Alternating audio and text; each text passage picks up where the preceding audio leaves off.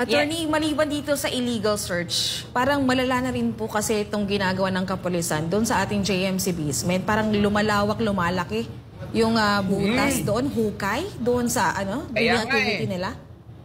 Oo, meron din kasi tayong marami. Bulanon kasi ako, friendly ako, marami po ako mga kaibigan.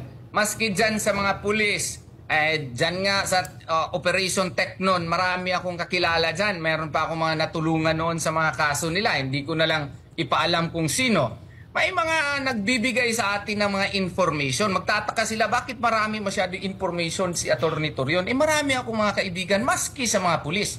Marami dyan sa mga pulis, ayaw na ayaw yan si General Torre, no? Kasi nga, medyo sumusobra na talaga, no? So, ang information na lumalabas sa akin, A1, no? Sige, eto naman. I-challenge ko si PNP General Marbil. Bigyan ninyo kami ng access dyan sa JMC basement, no? Para malaman namin kung totoo ba yung mga pictures na na-post ko. Kasi kung totoo yan, hindi mo yan ma-justify just because you have an arrest warrant.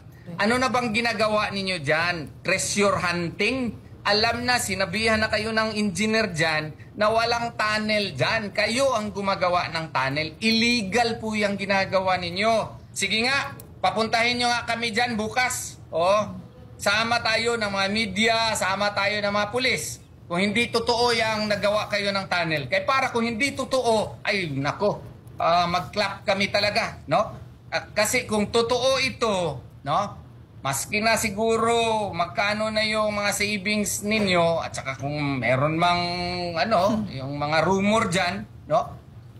We will not really take that sitting down, no? Why? Because that is a violation of the rights of our client and we will be filing multi-billion damages against you because JMC is one of the best schools in Davao City. It is one of the most presentable, no? Yung ating building maganda. Tapos sisirain mo lang in the guise of implementation of an arrest warrant. Di po pwede yan. Lumilipad na ata ang batas, General Marbil. Well, kung po pwede, ihintunan nyo yan. Huwag na yan ituloy pa kasi wala talagang tunnel dyan. Nagtre-treasure hunting siguro kayo dyan. Akala nyo may gold bar si Pastor dyan. No? At kung may gold bars dyan, na-explain ko na hindi papunta sa inyo yan. No? Kung may hidden treasure po yan. No?